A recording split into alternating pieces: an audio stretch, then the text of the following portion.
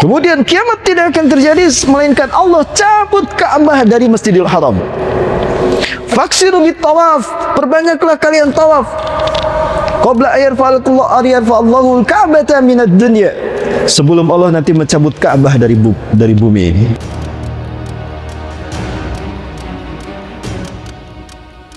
Kemudian sekitar tahun 3150 sebelum Masehi terjadi banjir bah di zaman Nabi Nuh. Saat itu Nabi Nuh usianya 600 tahun. Karena Nabi Nuh diutus oleh Allah sebagai Rasul yang pertama. Ya, Rasul yang pertama Nabi Nuh. Nabi Adam bukan Rasul, Nabi Idris, Nabi Syis bukan Rasul.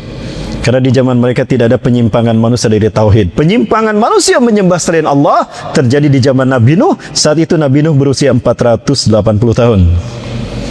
Dan sosok yang disembah pertama kali manusia selain Allah adalah patung Nabi Adam. Silakan buka dalam kitab Talbis Iblis karangan Ibnu Jauzi Al-Baghdadi. Ada dijelaskan sejarahnya di sana. Kemudian di tahun 1650 sebelum Masehi terjadi climate change. Terjadi perubahan iklim secara tiba-tiba. Hal ini yang membuat terjadi bencana besar sehingga budaya-budaya kuno hilang, peradaban kuno hilang, musnah. Seperti suku Aztec di Meksiko, suku Inca di Brasil, suku Maya di Amerika Latin. Semuanya ada di Amerika Selatan. Itu mereka musnah. Nah, berarti Bapak Ibu coba kita lihat. Angka terakhir di angka 1650 sebelum Masehi. Ini angka terdekat dari bencana kataklizmik yang dekat ke kita. Coba kita cermati angka-angka ini Bapak Ibu. Dari angka 12.600 ke angka 9.000, dari 9.000 ke 5.300, dari 5.300 loncat 1 ke 1.650. Itu seolah-olah ada angka atau interval yang konstan. 3.600 tahun sekali. Coba lihat, selalu terjadi pengurangan 3.600 tahun. Coba hitung Bapak Ibu. Ini yang saya kaji. Betul Bapak Ibu? Dari 12.600 ke 9.000 berapa selisihnya? 3.600, betul? Dari 9.000 ke 5.300 berapa selisihnya? 3.600. Dari 5.300 ke 1.650 berapa selisihnya?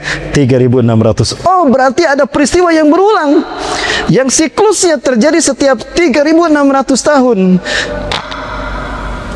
Ternyata ada satu benda langit yang siklusnya itu 3.661 tahun sekali datang mendatangi tata surya kita. Benda langit inilah yang disebut oleh para ahli astronomi dengan sebutan Nibiru. Pernah dengar Nibiru? Pernah. Baik. Kalau kalau di tahun 1650 bencana terakhir, kita tahu berarti interval berikutnya kapan terjadi, tinggal ditambahkan aja 1650. Tapi karena ini sebelum Masehi, berarti 3661 dikurang 1650, hasilnya 2011, 2012. Dari sini muncul isu kiamat 2012. Maka suku Maya membuat kalender Kukulcan itu berakhir di 2012. Setelah itu tidak ada. Mama Loren tidak mendapatkan penerangan di luar 2012. Pernah dengar Mama Loren? Wah, saya gelap setelah 2012. Kayaknya ada bencana. Lebih baik saya mati terlebih dahulu. Beliau meninggal duluan kan? Kita masih ada. Bangunkan Mama Loren, Anda salah persepsi. Coba bangunkan lagi. Nah, dari sini Bapak Ibu adanya isu kiamat 2012. Pertanyaannya, terjadikah peristiwa global di tahun 2011-2012? Halo? Ada yang meneliti? Saya meneliti Bapak Ibu. Apa yang terjadi 3 Maret 2011? Jepang dilanda tsunami, betul? Saya simpen tuh datanya. Yokohama, Miyagi, Tokyo hancur tuh. 3 instalasi nuklir Jepang hancur tuh. Dan Perdana Menteri Jepang saat itu mengatakan, the earthquake 8.9 caused by HAP. Gempa 8,9 skala Richter disebabkan oleh HAP. Apa itu HAP? High Frequency Active Auroral Research Project. Satu alat yang dulu digunakan Amerika ketika Perang Dunia Kedua untuk menciptakan Iron Dome sehingga rudal Rusia tidak menembus ke Amerika, meledak di langit. Sekarang direkayasa dan dibikin luar biasa sehingga multifungsi. They can create the weather control. Mereka bisa mengontrol cuaca. Mereka bisa menciptakan gempa bumi dan tsunami. Tsunami Aceh rekayasa. Saya berani mengatakan tsunami Aceh dan tsunami Jepang rekayasa. HAARP, silakan kaji Bapak Ibu. Datanya saya simpan di sini semua dari seluruh dunia Bapak Ibu. Saya simpan dari seluruh dunia, termasuk data Aceh. Kenapa terjadi tsunami di bulan Desember 2006? Tentunya memang atas izin Allah itu terjadi, tapi itu human made. Betulkah human made? Saya butuh 2 jam untuk membahasnya. Nanti kalau ketemu lagi Bapak Ibu ya. Ya, bencana alam itu ada rumusnya. Ada rumusnya. Selain ini, rumusnya Al-Anfal ayat 33. Itu rumus bencana alam. Ya, baik Bapak Ibu rahmati Allah.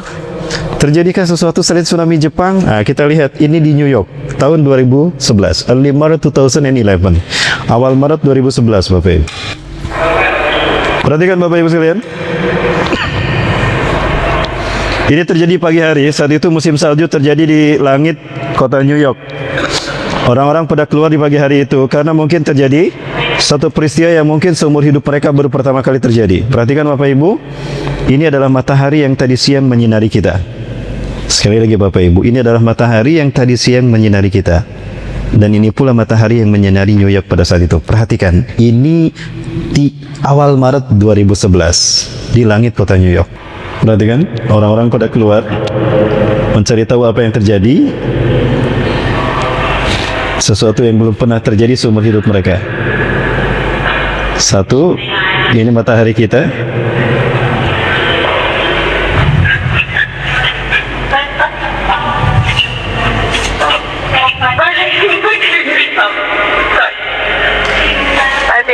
Ini matahari kita. Ini apa Bapak Ibu?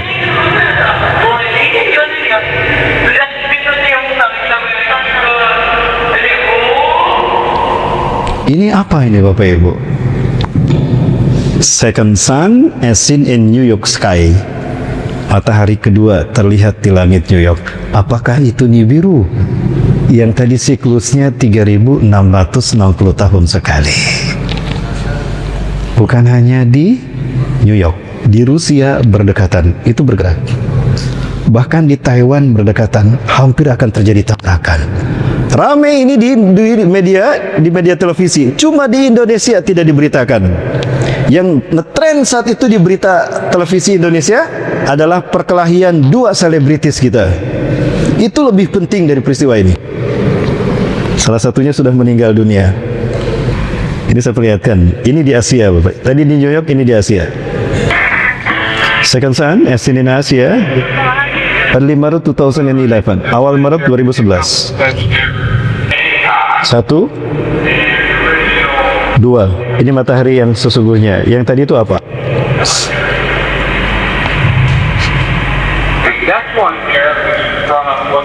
Dan ini di Taiwan, televisi Taiwan memberitakan seperti ini.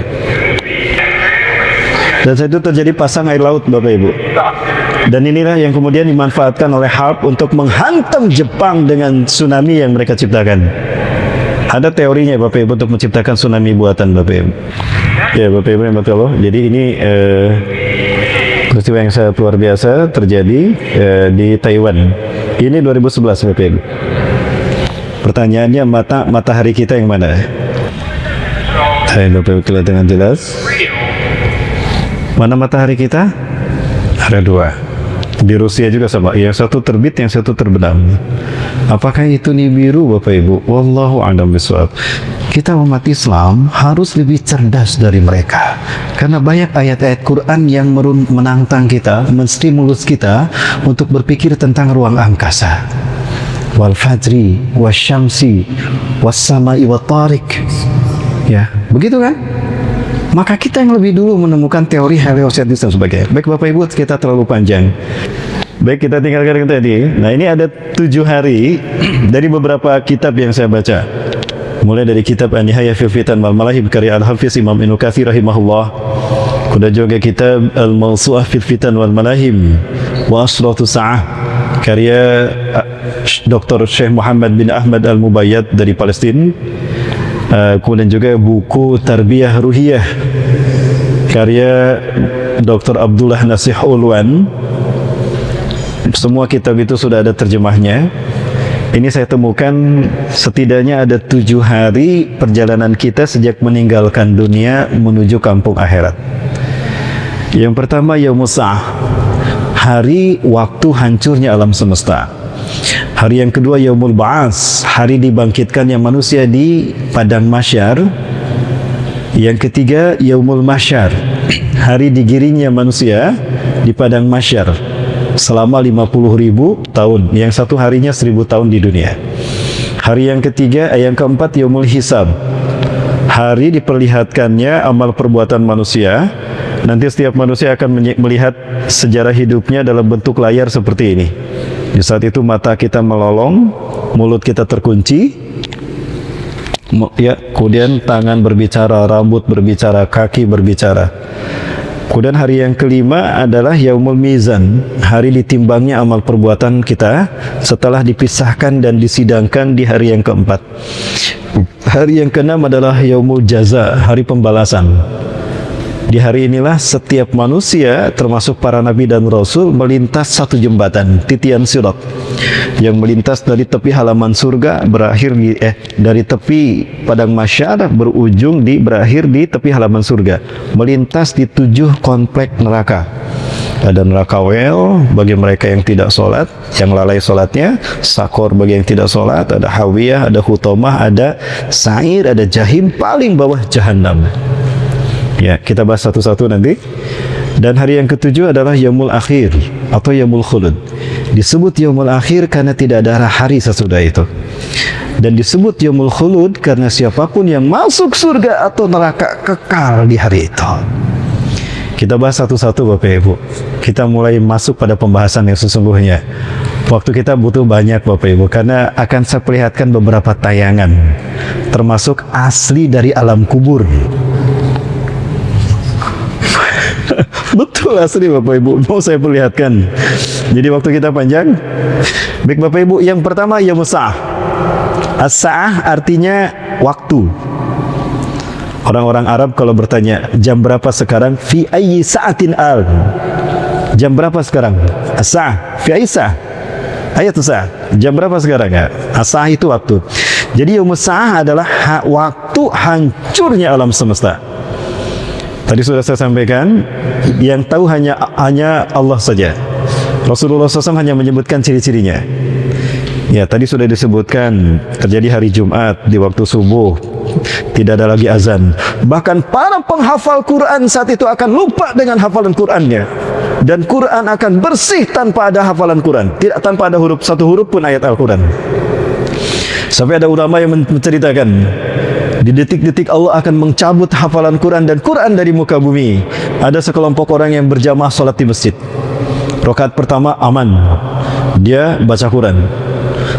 Ghairil maghdubi alaihim waladdallin, amin. Ya, baca surat. Ya.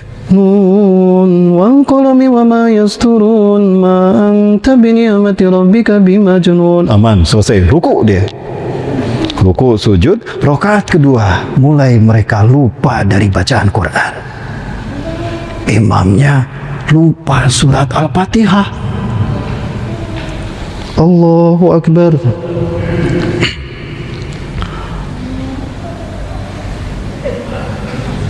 Lupa imamnya baca bismillah.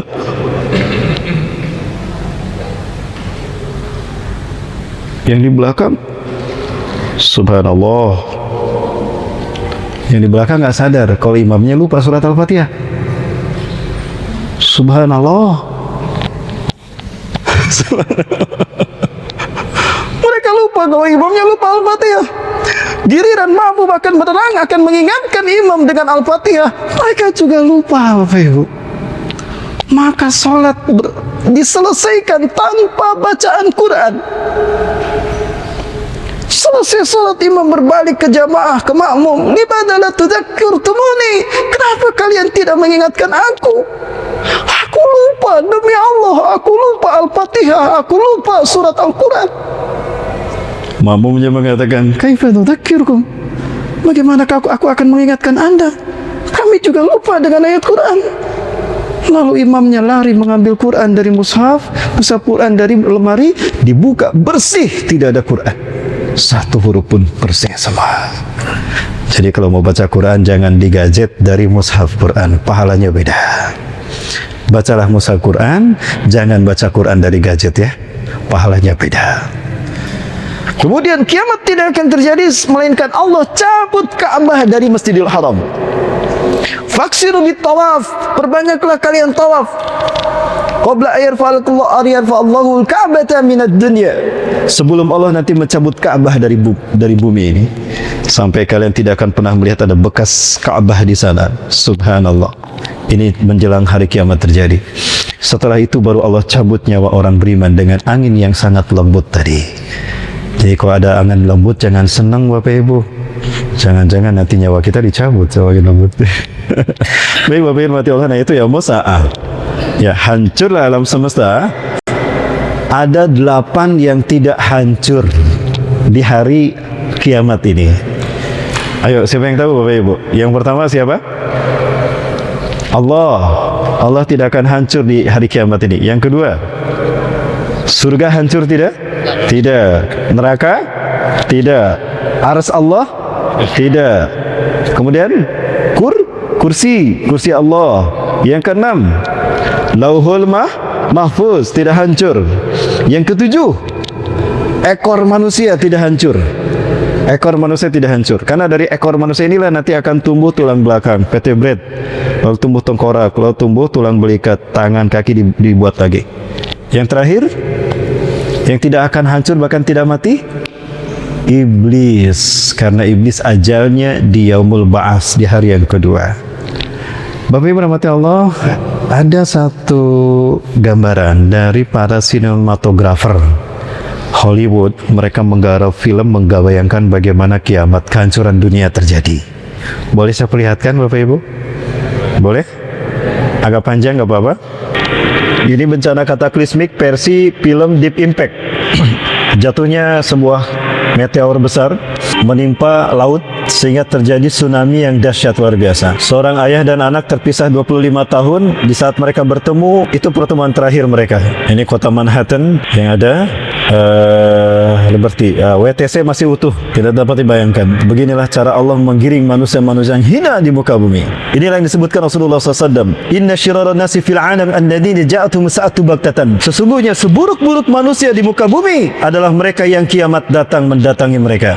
Barangkali seperti ini ketika Kan'an ingin menyelamatkan diri dari banjir bah di zaman Nabi Nuh alaihissalam. Versi kedua adalah versi The Day After Tomorrow. Ini yang saya sebutkan tadi, terjadinya polar shift. Amerika membuku tiba-tiba. Betapapun dahsyat film ini menggambarkan suasana yang mengerikan pada saat itu, kenyataannya jauh lebih dahsyat daripada yang kita saksikan hari ini Bapak Ibu. Beruntunglah orang-orang beriman, kata Rasulullah. Mereka tidak akan menyaksikan hari kiamat. Begini cara Allah memuliakan orang beriman, dan beginilah cara Allah menghinakan kaum kafir di muka bumi ini. Orang berlomba-lomba menyelamatkan diri, sementara mereka lupa kalau tidak ada yang bisa berlari dari keputusan Allah pada hari itu. Dan yang ketiga, versi Armageddon. Dalam film ini digambarkan meteor menghujani bumi sehingga bumi hancur berlebur seperti gunung-gunung hancur seperti bulu-bulu yang berterbaran. Manusia terlempar seperti aneh-aneh yang berterbangan. Barangkali kita bisa menyaksikan film ini menghayati firman Allah surat Al-Zalzalah dan surat Al-Qari'ah. Kita saksikan hancurnya bumi berkeping-keping, dihantam meteor demi meteor yang menimpa bumi. Itu Bapak Ibu rahmati Allah. Sehebat apapun film Hollywood menggambarkan kehancuran bumi, kenyataannya jauh lebih dahsyat daripada apa yang mereka lihat, apa yang mereka buat. Baik, kemudian hari berikutnya adalah Yaumul Ba'ats. Itu hari yang kedua. Ya, bagaimana kondisi manusia ketika dibangkitkan di padang mahsyar di Yaumul Ba'ats? Rasulullah SAW menyebutkan, yub'atsun nasu yaumul ba'tsi kahayati mautih. Setiap manusia dibangkitkan di Yaumul Ba'ats menurut kondisi kematiannya. Setiap manusia akan dibangkitkan menurut kondisi kematiannya nanti di padang mahsyar. Saya punya tetangga meninggal ketika sujud terakhir sholat duha. Maka nanti dibangkitkan dalam keadaan sujud Bapak Ibu. Ya, Isof dan Nailah, mereka berzinah di dalam Ka'bah. Ini di zaman sebelum Rasulullah diutus. Dua pemuda-pemudi yang terkena panah asmaranya Kufit, lalu mereka masuk ke dalam Ka'bah dan berzina di dalam Ka'bah. Allah kutuk mereka menjadi batu. Lalu dipisahkan oleh orang-orang Arab jahiliyah, disembah. Patung Isof yang laki-laki disimpan di Bukit Sofa, Nailah di Bukit Marwah. Mereka melaksanakan ibadah haji sambil melumuri dua patung ini. Padahal itu patung makhluk manusia yang terkutuk, yang dilaknat Allah, jinah di dalam Ka'bah. Maka ketika Fathul Makkah, para sahabat tidak mau melaksanakan sa'i. Kata Rasulullah, ayo kita laksanakan sa'i. Sebentar ya Rasulullah, apa anda tidak tahu kalau di Bukit Sofa ada patung Isof, di Bukit Marwah ada patung Nailah? Mereka berzina di dalam Ka'bah. Allah mengutuk mereka menjadi batu. Bukankah aku telah perintahkan pada kalian agar semua berhala dihancurkan, jangan ada yang tersisa. Ali, hancurkan Isof. Sa'ad, hancurkan Nailah. Disitulah turun surat Al-Baqarah. Inna Safa wal Marwata min sya'airillah fala junaha 'alaikum ayyatawafa bihima. Mereka nanti akan dibangkitkan dalam keadaan berzina, Bapak Ibu. Nauzubillah. Pertanyaannya, Yaumul Ba'ats nanti kita akan dibangkitkan dalam kondisi seperti apa? Itu pilihan kita.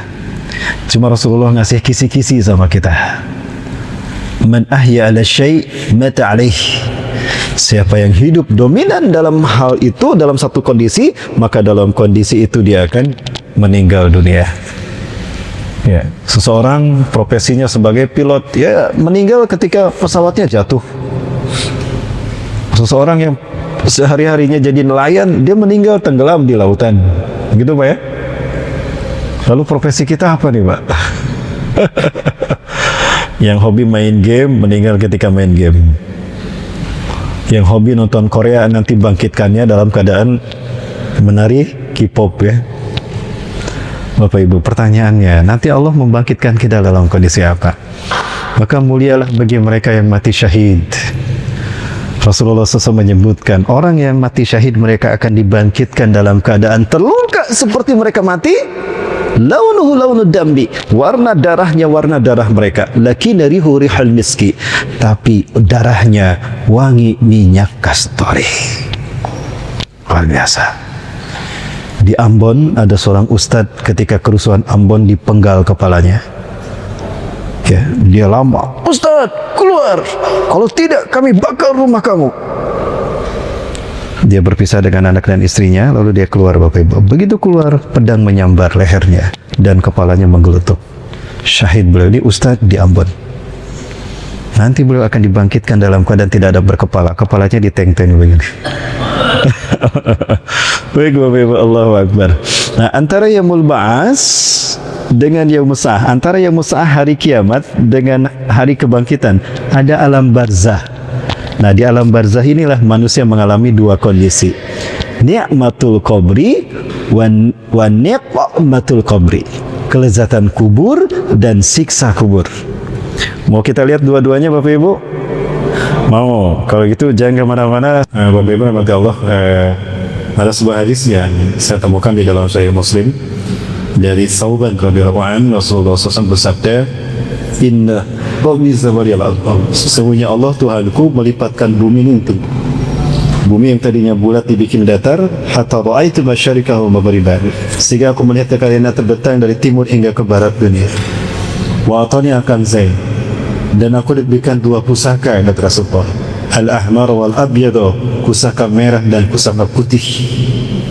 Wa anna ummati sayablughu mulkuha ma zawadiya min hada, umatku akan kembali berkuasa dari timur hingga ke barat dunia. Rasulullah menyebutkan pusaka merah putih, kemudian Rasul menyebutkan umat Islam akan bangkit kembali memimpin dunia. Ketika kami berada di Al-Quds, kami bertemu di sholat subuh berjamaah dengan Syekh Arya Al-Abasi, ketua MUI-nya Palestina. Beliau, saya tanya tanggapan beliau tentang hadis ini. Saya tanyakan pada beliau, apakah ada kaitan antara hadis ini dengan kami Indonesia, bendera kami merah putih. Apakah merah putih yang Rasul sebutkan itu kami Indonesia? Beliau menepuk pundak saya, kamu bisa aja ngomong gitu. Kemudian sholat asar kami diimami di Masjid Qibli, satu dari beberapa masjid yang ada di area Al-Aqsa. Kami sholat berjamaah asar diimami oleh Dr. Yusuf Abu Sunaylah. Beliau adalah pakar akhir zaman di Palestina, ya. kami diundang audiensi bersama jamaah umrah plus Aqsa di pesantren beliau. Kemudian juga 2016 kita diimami sholat tarawih oleh Dr. Abu Bakar Al-Awawidah, wakil dari ketua Rabithah Palestina. Beliau buta karena disiksa di penjara Israel. 2016 beliau mengimami sholat tarawih kita di Jogokarian, Yogyakarta. Mereka semua saya tanya tentang kami tanya tentang hadis tadi, merah putih pandangan mereka. Aku nak mu'alaqah baina hadis bi biladina. Apakah ada kaitan antara hadis ini dengan kami? Apa jawaban mereka, Bapak Ibu? Ini jawaban mereka. Saya ambil dari kata, semuanya hampir sama. Saya ambil kata-kata di Dr. Abu Bakar Al-Awawidah. Ala kulli biladin alladzina yaqbaluna al-islam dinahum antum ya Indonesia lam yakhtarkumullah bi hadati. Dari semua negara yang menerima Islam sebagai agamanya, kalian Melayu Indonesia yang belum Allah pilih untuk memimpin kebangkitan Islam. Ya, maka saya yakin telunjuk Rasulullah yang disebutkan Imam Mahdiku akan mukul dan muncul para pembawa panji hitam. Rasulullah berkata begitu. Yaktatilu salah satu nindakan zikr akan berperang 3 laki-laki di sisi Ka'bah kalian.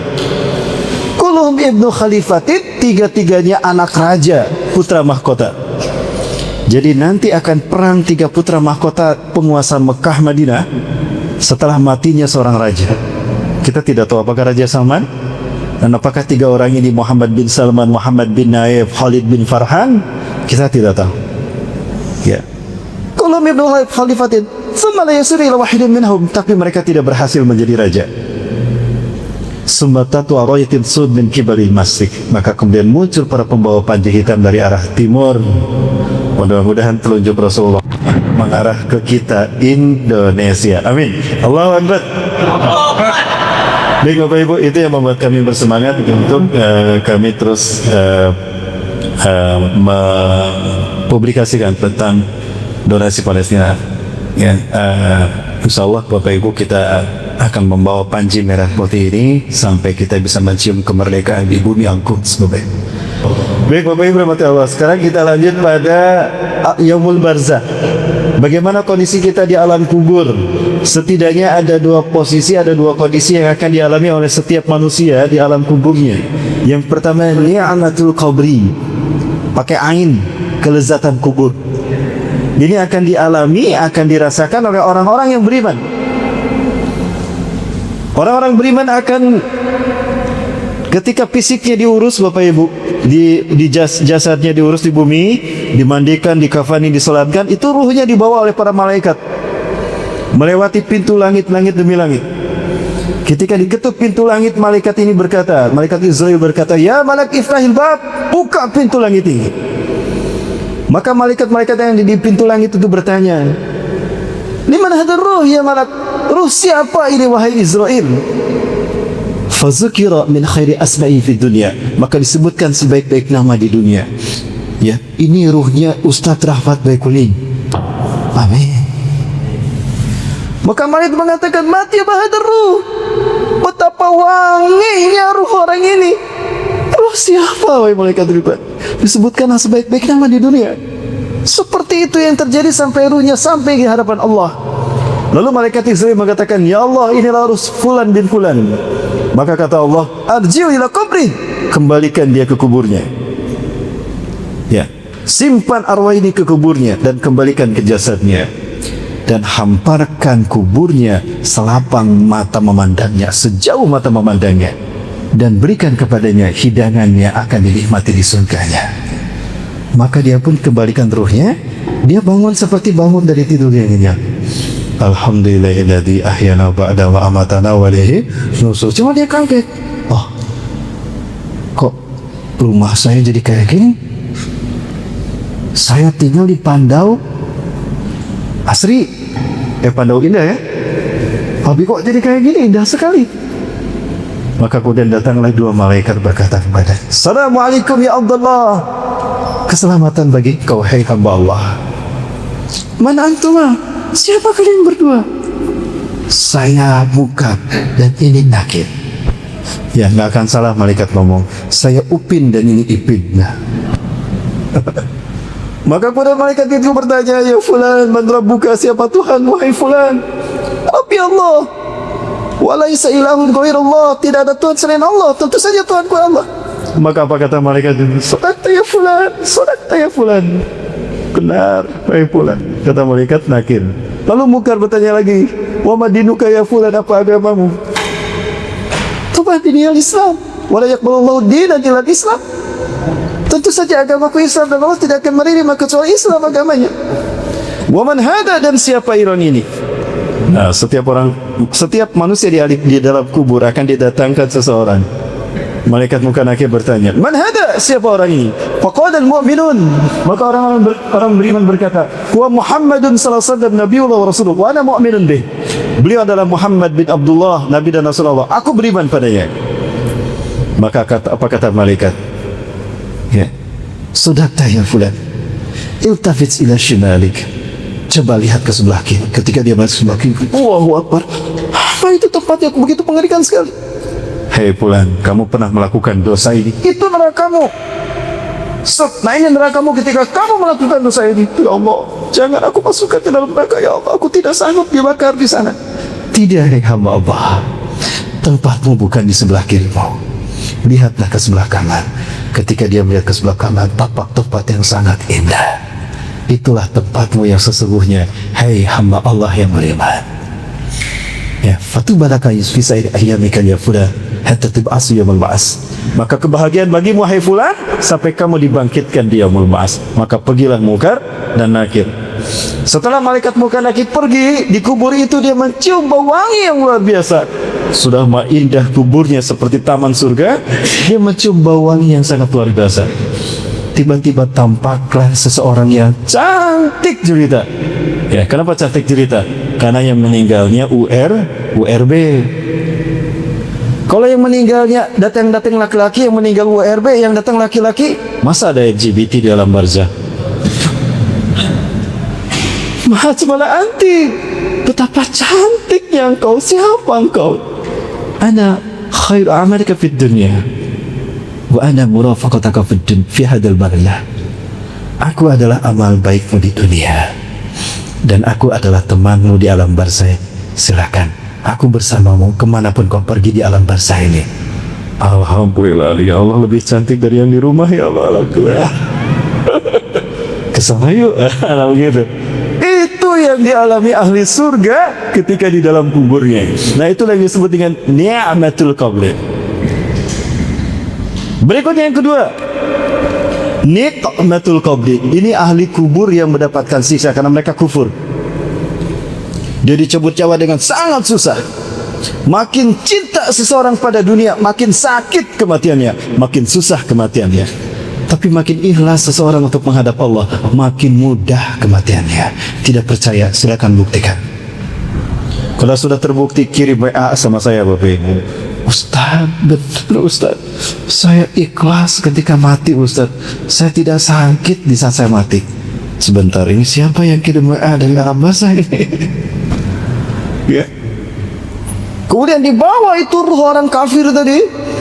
Maka ketika sampai di pintu langit, malaikat penjaga pintu langit mengatakan, "Ma'akba hadar ruh." Betapa bau busuknya ruh ini. Liman hadar ruh ya malak? Ruh siapa ini wahai malaikat? Maka disebutkanlah seburuk-buruk manusia, seburuk-buruk nama-nama dia di dunia. Sampai setiap pintu langit begitu. Ketika sampai kepada Allah, Allah berfirman pada malaikat Israel, lemparkan ruh ke dalam jasadnya, himpitkan kuburnya sampai hancur tulang belulangnya, dan hamparkan baginya permadani dari api neraka yang akan menjadi tempat kembalinya. Itulah nikmatul qabri, siksa kubur. Malaikat Munkar Nakir datang. Ya, laisa marhaban, ma marhaban liman asallah, liman fajara dinallah. Tidak ada selamat datang bagi orang yang maksiat kepada Allah. Siapa kalian berdua? Kalian tidak perlu tahu. Kamu tidak perlu tahu siapa aku. Ya, man rabbuka ya fulan? Siapa Tuhanmu? Karena dia tidak beriman kepada Allah. La adri man rabbi. Aku tidak tahu siapa Tuhanku. La tasalni man rabbi. Jangan kau tanyakan siapa Tuhanku, aku tidak tahu. Maka dipukullah dia dengan kedai besi yang sangat keras. Menjerit dia kesakitan. Didengar oleh semua makhluk kecuali jin dan manusia. Ditanya lagi, apa agamamu? Dia tidak tahu, dipukul lagi, disiksa lagi. Menjerit dia. kesakitan. Ditanya lagi, siapa ini? Dia mengatakan, huwa Muhammadun lakinnani lastu mu'minan bih. Dia Muhammad, Nabi dan Rasulullah, tapi aku tidak beriman kepadanya. Dipukul lagi. Maka kemudian malaikat itu pun pergi, meninggalkan dia dalam keadaan terluka dan sakit dengan menjerit-jerit dia kesakitan. Tiba-tiba dia dikagetkan dengan bau busuk yang tidak kuat sehingga dia muntah-muntah. Dia muntah darah. Tiba-tiba tampaklah seseorang mendekati dirinya dengan bau busuk dan wajah yang buruk rupa. Siapa kamu? Pergi, kok bau busuk sekali kamu? Tidak, aku temanmu di alam barzah ini. Aku amal burukmu ketika di dunia. Itulah yang dialami oleh mereka yang kufur kepada Allah. Bapak Ibu, ini ada dua peristiwa yang berbeda yang terjadi di dalam kubur asli. Bapak Ibu mau melihatnya? Benar. Nggak akan merem. Nggak akan. Kalau merem saya matikan. Benar ya? Ini dua kondisi tadi saya melihatkan pada waktu itu. Baik, kalau gitu yang pertama saya perlihatkan. Mau siksa kubur dulu atau mau nikmat kubur dulu? Siksa dulu. Oke, siksa kubur dulu. Tapi jangan kemana-mana ya. Jangan merem. Kisah nyata diceritakan seorang pemuda berusia 18 tahun di Jazirah Arab. Dia pemuda yang rusak agamanya dan sering melalaikan sholat. Dan apa yang terjadi pada dia? Baru 3 jam dimakamkan. Apa yang terjadi pada fisiknya? Nanti kita saksikan.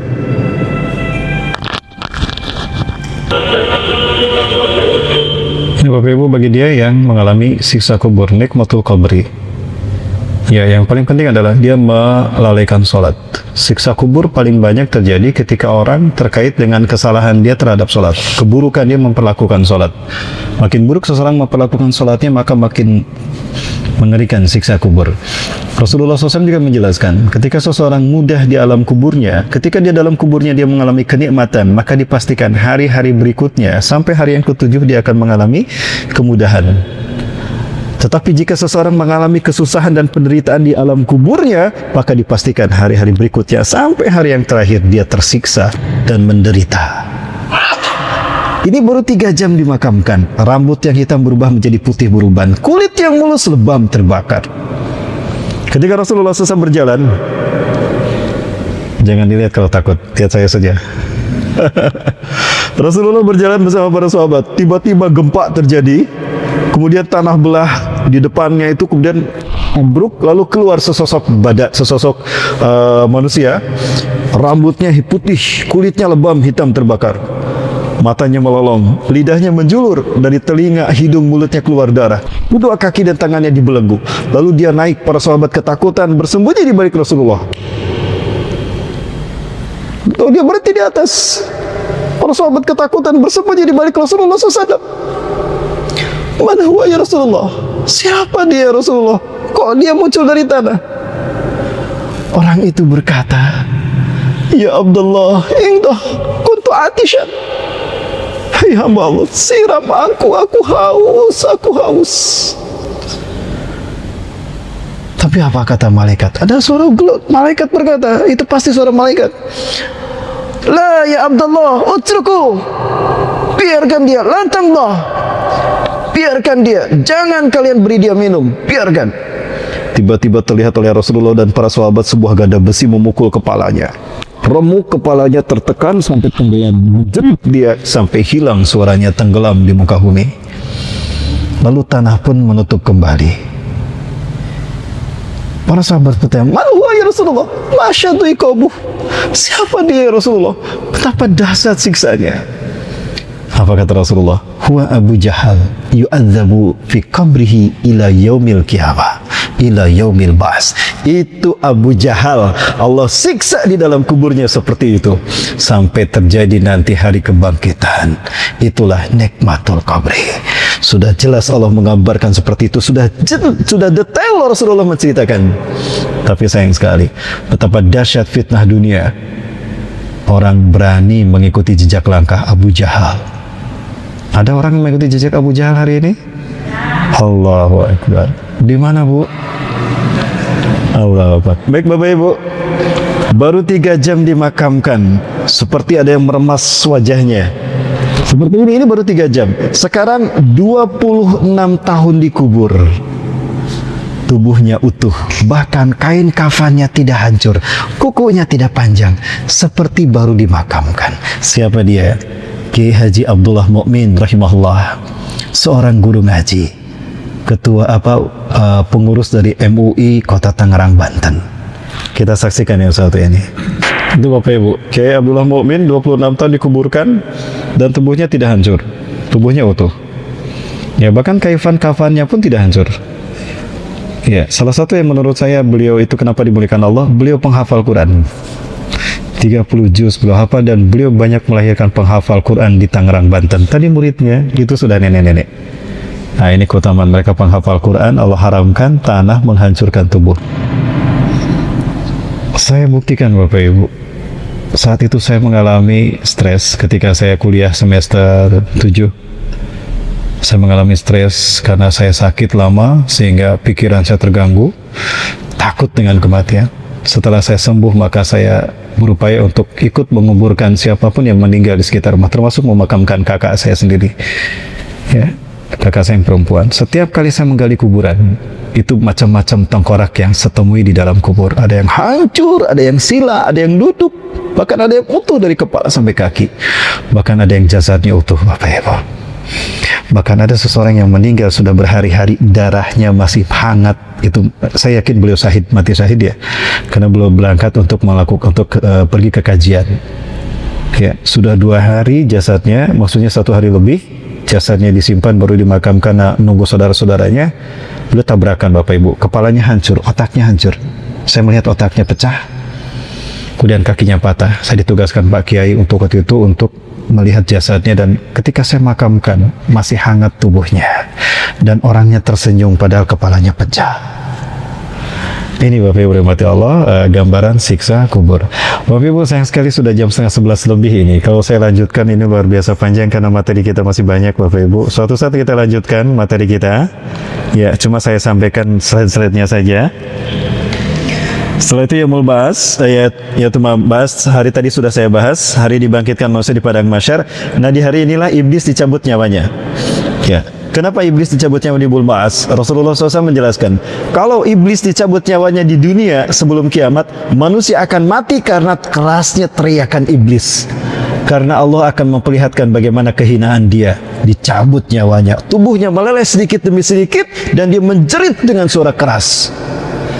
Manusia yang mendengar jeritannya akan mati saking kerasnya jeritan iblis.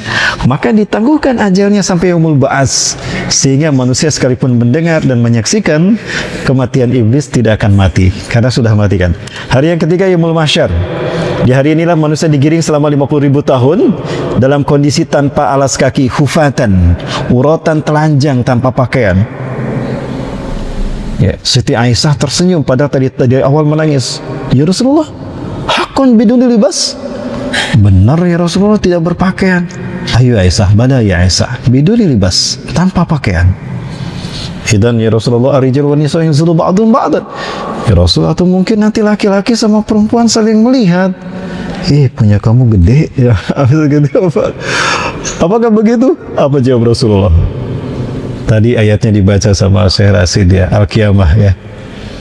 Wujuhu yawmaidin nadirah ila rabbiha nazirah. Setiap wajah kepada Tuhan menengadah. Semua wajah melihat ke depan kepada Tuhan mereka melihat.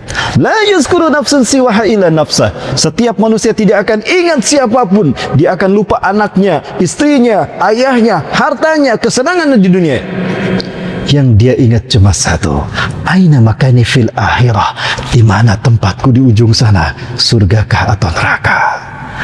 Baik, manusia akan digiring di sini 50.000 tahun, satu harinya 1.000 tahun. Rasulullah memberikan kabar gembira, orang yang beriman hanya sesaat saja di setiap hari-hari ini, tidak lama. Alhamdulillah. Ini gambaran orang yang nanti Rasulullah sampaikan manusia akan bercucuran keringat.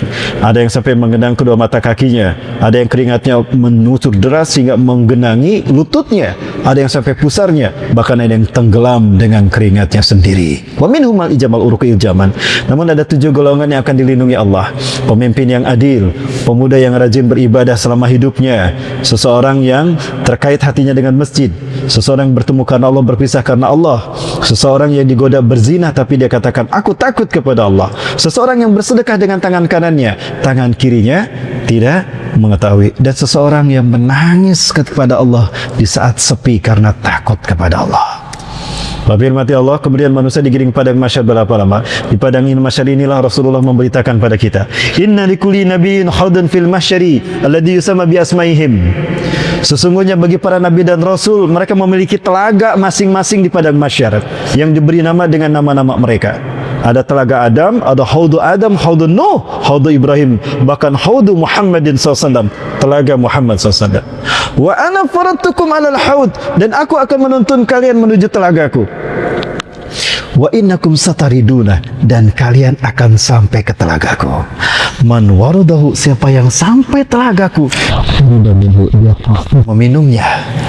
Wa man shariba minhu, dan siapa yang berhasil meminumnya, walaupun hanya seteguk, la yazmau ba'daha abadan hatta yadkhulal jannah, tidak akan haus selamanya sampai masuk ke dalam surga. Artinya, siapapun yang berhasil meminum air telaga Muhammad SAW, dia dijamin masuk surga. Bapak Ibu, ada satu amalan yang kalau kita salah menyikapinya, kita bisa kehilangan kesempatan menikmati air ini, bahkan diusir sama Rasulullah. Amalan apa? Agak berat saya menyampaikannya. Boleh saya sampaikan Bapak Ibu? Tapi tanpa mic. Terdengar Bu? Terdengar? Bapak Ibu rahmati Allah, jangan salah kita menyikapi pemimpin kita. Rasulullah SAW bersabda, ala innahu satakunu ba'di umara. Ingatlah, sepeninggalku nanti akan banyak muncul pemimpin-pemimpin di tengah-tengah kalian. Akan banyak bermunculan pemimpin-pemimpin di tengah-tengah kalian. Man sadaqahum bikadibihim, barang siapa yang membenarkan perkataan dusta pemimpinnya. Sudah jelas pemimpinnya berkata dusta, tapi dia katakan benar karena dia menginginkan pangkat dan jabatan serta triliunan rupiah. Apa kata Rasulullah? Falasai minni, dia bukan umatku. Walastu minhu, dan aku bukan bagian darinya. Maksud para ulama menakwilkan hadis, bukan dariku, dia bukan bagian dariku, dari umatku, artinya Rasulullah tidak akan mengakui iman Islamnya. Dan aku bukan bagian darinya, maksudnya Rasulullah tidak akan membantu ketika dia dihisab amal perbuatannya dengan syafaatnya. Tidak. Walaysa biwaradin alal haud, dan dia tidak akan pernah menikmati telagaku di padang mahsyar, bahkan diusir sama malaikat. Begitu Rasulullah tahu orang itu, padahal diajak, sini kamu sudah lama tidak, ayo minum, sebentar lagi kamu sahabat, ayo sini. Ketika Rasul akan membantunya, dia ditarik dan dihijab. Rasulullah menjerit, ya lima tahajjabta baina wa bainahum, ya Allah, kenapa kau hijab dia dariku? Huwa min ummati, dia umatku ya Allah. Arifuhu wa ya'rifuni, aku kenal dia dari wudunya, dan dia pun kenal aku, padahal dia ahli ibadah. Tapi apa kata malaikat? Itu tadi, dia membenarkan kedustaan pemimpinnya. Wa anhum ala zulmihim, dan menolong kebijakan zalim pemimpinnya. Sudah jelas pemimpin itu menetapkan kebijakan zalim, ditolong demi pangkat dan jabatan. Maka apa kata Rasulullah? Sukun liman badal mini, seret dia, jauhkan dia dariku. Adakah pemimpin yang dia bela di dunia menolongnya? Tunjukkan Bapak Ibu. Bapak Ibu rahmati Allah, hati-hati dalam menyikapi pemimpin.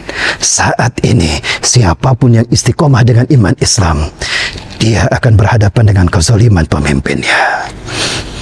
Allahu Akbar. Jangan takut Bapak Ibu sekalian, lebih baik kita kehilangan dunia daripada harus kehilangan iman Islam, betul?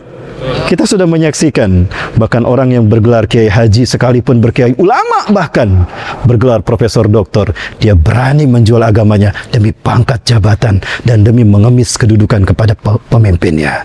Sudah terjadi belum? Sudah. Hati-hati, jangan salah menyikapi pemimpinnya. Saya dihadapkan pada dua pilihan ketika saya di kota Bandung. Saya dihadapkan pada antara dikerjasama atau dikriminalisasi. Saya sudah tahu saya dijebak. Saya ditawari Bapak Ibu sekalian, uang begitu banyak. Oh, ini jebakan bagi saya. Maka saya tolak. Marah dia. Dan akhirnya saya difitnah telah melakukan saya diperiksa di Kapolda Jabar Bapak Ibu. 20 jam. Sekarang saya pun diungkit-ungkit lagi. Ya, sampai muncul di Facebook. Status saya sampai sekarang masih tersangka atas sesuatu yang tidak saya lakukan. Inilah fitnah di akhir zaman Bapak Ibu. Tapi saya rasakan lebih baik saya kehilangan dunia daripada saya kehilangan iman Islam saya. Allahu Akbar. Baik, Bapak Ibu, mohon maaf ini waktunya tidak bisa kita lanjutkan ya. Subhanallah, ini Yaumul Hisab. Saya perlihatkan singkat saja Yaumul Mizan dan kemudian titian surat. Ya, ini kita akan terus melangkah. Nanti manusia macam-macam melewatinya ini.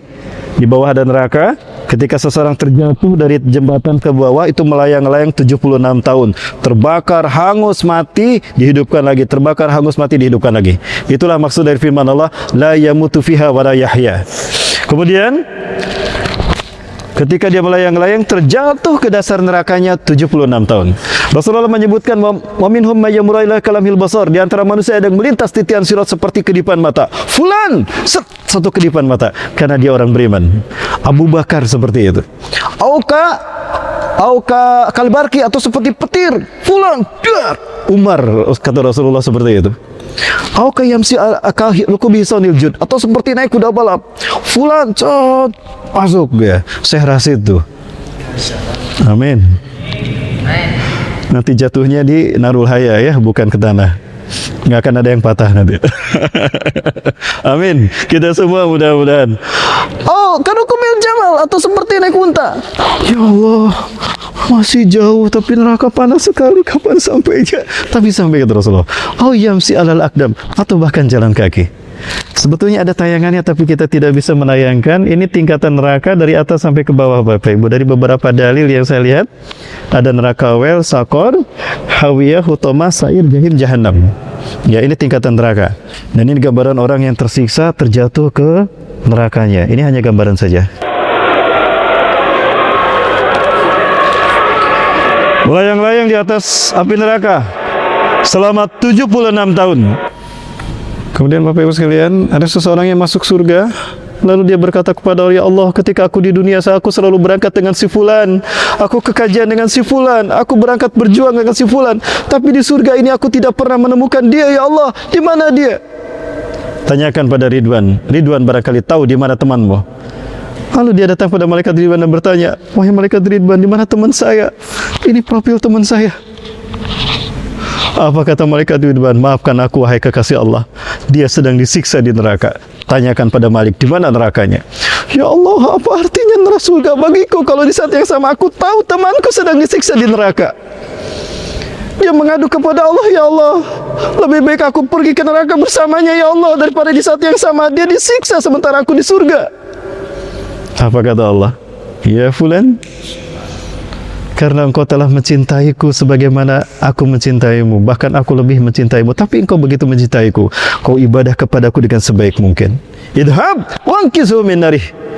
Pergi dia, pergi, selamatkan temanmu itu. Subhanallah. Maka jangan salah memilih teman. Rasulullah SAW menyatakan, almaru ma'adini khalilih, falyanzur biman yukhaliluh. Seseorang dipengaruhi agama temannya, perhatikan dengan siapa dia berteman. Bapak sekalian, dalam dunia politik tidak ada musuh abadi, teman sejati, tidak. Yang ada kepentingan. Tahun ini musuh, tahun depan kalau ketemunya sama, dia bekerja sama, berkoalisi. Betul Bapak Ibu? Tinggalkan semua itu. Pilihlah teman karena iman dan Islam. Baik Bapak Ibu, ini gambaran orang nanti masuk surga atau masuk neraka tergantung amalan-amalannya. Dan terakhir Bapak Ibu rahmati Allah, bagi mereka yang masuk surga Allah sediakan ini. Fala ta'lamu nafsum ma ukhfiya lahum min qurrati ayun. Setiap manusia tidak tahu apa yang Allah sembunyikan bagi mereka min qurrati ayun, dari sesuatu yang indah di pandangan mata, balasan dari apa yang mereka lakukan.